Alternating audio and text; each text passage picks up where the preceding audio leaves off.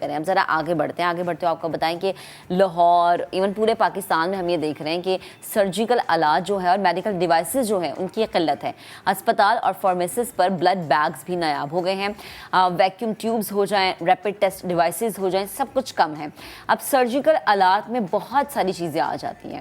اب ان کی قیمتوں میں بھی 50% تک اضافہ کر دیا گیا ہے. ظاہر سی بات ہے, ہم سب کو پتہ کہ پاکستان میں 95% جو یہ سرجیکل آلات ہوتے ہیں, انسٹرومنٹس ہوتے ہیں, ان کو ہم پرچیز کرتے ہیں. سو یہ بھی ایک بہت بڑا مسئلہ ہے. سامان کی قلت پر نجی لیبارٹریز نے ٹیسٹ کے جو ریٹس ہیں وہ بڑھا دیے. اب یہ کوئی چیز پاکستان میں نئی نہیں ہے جی, کہ کبھی بھی ہم نے دیکھا کوئی بھی چیز کمی کا شکار ہوتی ہے تو ہوتا یہ کہ اس کے جو پیسے ہوتے ہیں وہ بڑھ جاتے ہیں. اب مریضوں کو مشکلات ہے, ظاہر سی بات ہے, آپ کسی کو اس چیز سے تو نہیں روک سکتے کہ وہ بیمار نہ ہو.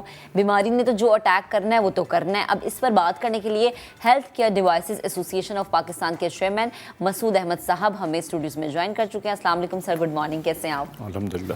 سر مریض بہت پریشان ہیں, دوائیاں نہیں مل رہی, سرجیکل آلات نہیں مل رہے, کیا وجہ ہے, کیوں قلت ہے؟ دیکھیے, پہلے تو یہ سمجھنا بہت ضروری ہے کہ جو ہماری ہیلتھ کیئر ڈیوائس ایسوسیشن ہے اس میں میڈیکل ڈیوائسز کو ہم ڈیل کرتے ہیں. اور میڈیکل ڈیوائسز جو ہے نا, اس سے بہت بڑی رینج ہے, جس میں آپ ٹنگ ڈپریسر سے لے کر C T scan, M R I, blood pressure monitor سے لے کر وینٹیلیٹرز اور نیبلائزرز اور ڈائگنوسٹک کٹس جتنی جو آپ ٹیسٹ کرنے جاتے ہیں لیبارٹریز میں, وہ تمام کی تمام میڈیکل ڈیوائسز میں آتی ہیں. تو بہت بڑی رینج ہے اس کی.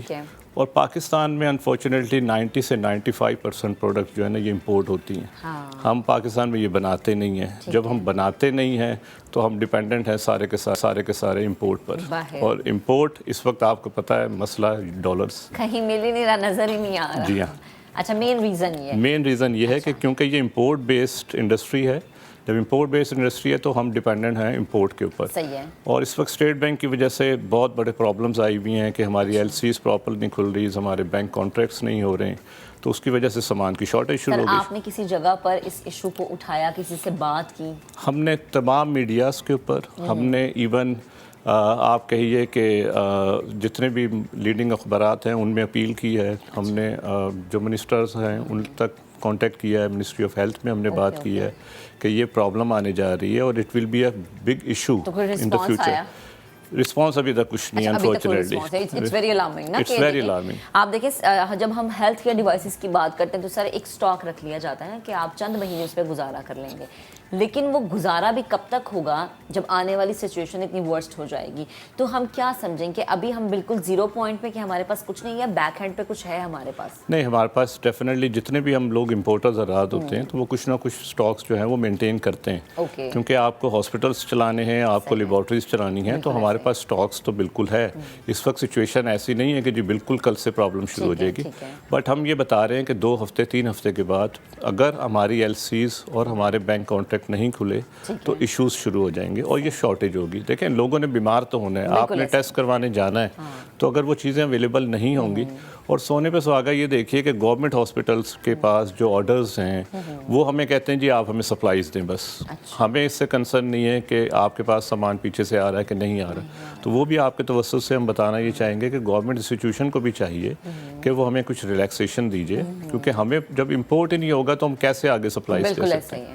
اچھا سر, ایک چیز میں نے اور مینشن کی تھی کہ 50% پرائسز جو ہیں وہ بڑھ چکے ہیں. یہ تو ہمارے ملک کا المی ہے نا, مطلب اس کی ہمیں پریکٹس ہو چکی ہے کہ کوئی بھی چیز اگر قلت میں ہے تو اس کی وہ مہنگائی کی طرف چلی جاتی ہے. نہیں, اس کی ایک وجہ دیکھیے ڈالر کا بھی ہے. اچھا, آپ کے ڈالر ریٹس آپ دیکھ لیں, ڈی ویلیوشن کتنی ہو گئی ہے کہ پچھلے 7-8 مہینوں میں 30 سے 35% ڈی ویلیوشن ہو گئی, اور ہماری پروڈکٹس جو ہیں وہ ساری امپورٹ بیس ہیں, تو ہم تو ڈالرز کے اوپر چلتے ہیں. دیکھیں نا, اگر ڈالر کی پرائزز بڑھ جائیں گی الٹیمیٹلی پرائزز بڑھ جائیں گی, امپورٹ کی پرائزز بڑھیں گی تو پیشنٹ کو یا کسٹمرز کو پرائزز مہنگی ملیں گی, اور جو کسٹمرز ہے وہ الٹیمیٹلی پیشنٹس کو جو ہے نا پرائزز زیادہ کر دے گا. ٹھیک. اچھا سر, ایک ٹائم تھا کہ ہم نے دیکھا ہمارے جو سرجیکل انسٹرومنٹس ہیں ان کی دنیا بھر میں ڈیمانڈ تھی, پسند کیے جاتے تھے, تو کیا وجہ ہوئی, وہ انڈسٹری تباہ ہو گئی, ریزن کیا ہے, کیوں اب ہم اس پوائنٹ پر ہیں کہ ہم نے جو ہے باہر سے ایکسپورٹ کرنا ہے, کیا وجہ آپ کو لگتی ہے؟ دیکھیں, جو سرجیکل آلات ہیں ہمارے وہ سیالکوٹ میں بنتے ہیں, الحمدللہ وہ ابھی بھی بہترین نمبر 1 دنیا میں, اور وہ ایکسپورٹ ہوتے ہیں. لیکن وہ ایکسپورٹ کی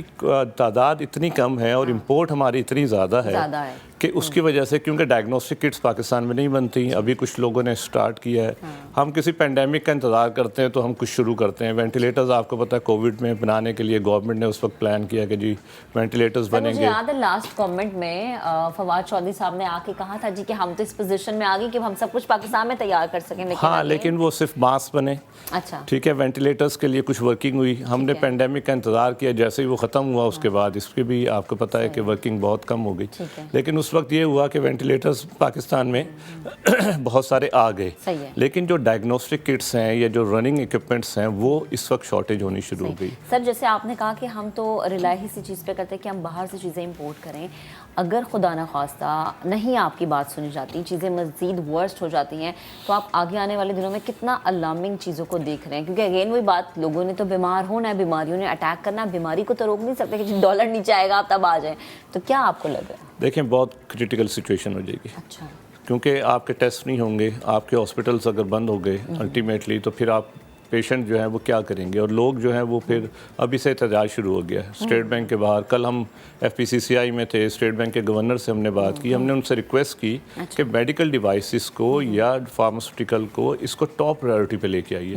انہوں نے ہم سے پرومس تو کیا ہے کہ ہم فوڈ کے بعد نمبر 2 پہ آپ کی LCs کو اور آپ کے بینک کانٹیکٹ کو کھولیں گے.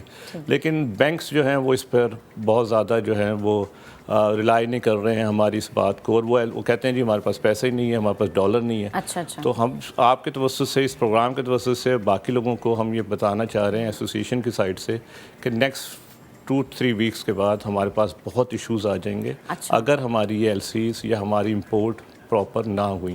ہم نے کل یہ بھی مشورہ دیا تھا کہ آپ ہمیں کم سے کم 50%, 70% ہمیں الاؤ کر دیں جو پچھلے سال ہوا تھا، تاکہ ہم ایٹ لیسٹ شارٹیج نہ ہو. ہم وہ پروڈکٹ ضرور منگوائیں جس کی رننگ ہے روز بروز جس کی ضرورت ہے، اور جس کی ضرورت نہیں ہے اس کو ہم اس وقت روک لیتے ہیں. تو یہ بھی کل ہم نے اسٹیٹ بینک کے گورنر سے بات کی ہے. انہوں نے امید تو دلائی ہے، لیکن انفارچونیٹلی مجھے کوئی بہت زیادہ امید نظر نہیں آ رہی کل کی میٹنگ کے بعد بھی کہ سچویشن جو ہے وہ بہت جلدی بہتر ہوگی. سر امید پہ تو دنیا قائم ہے، ہمیں بھی اچھے کی امید رکھنی چاہیے. انشاءاللہ یہ سنوائی ہو جائے گی. سب بہت شکریہ ہمارے ساتھ. اللہ کرے. بہت شکریہ.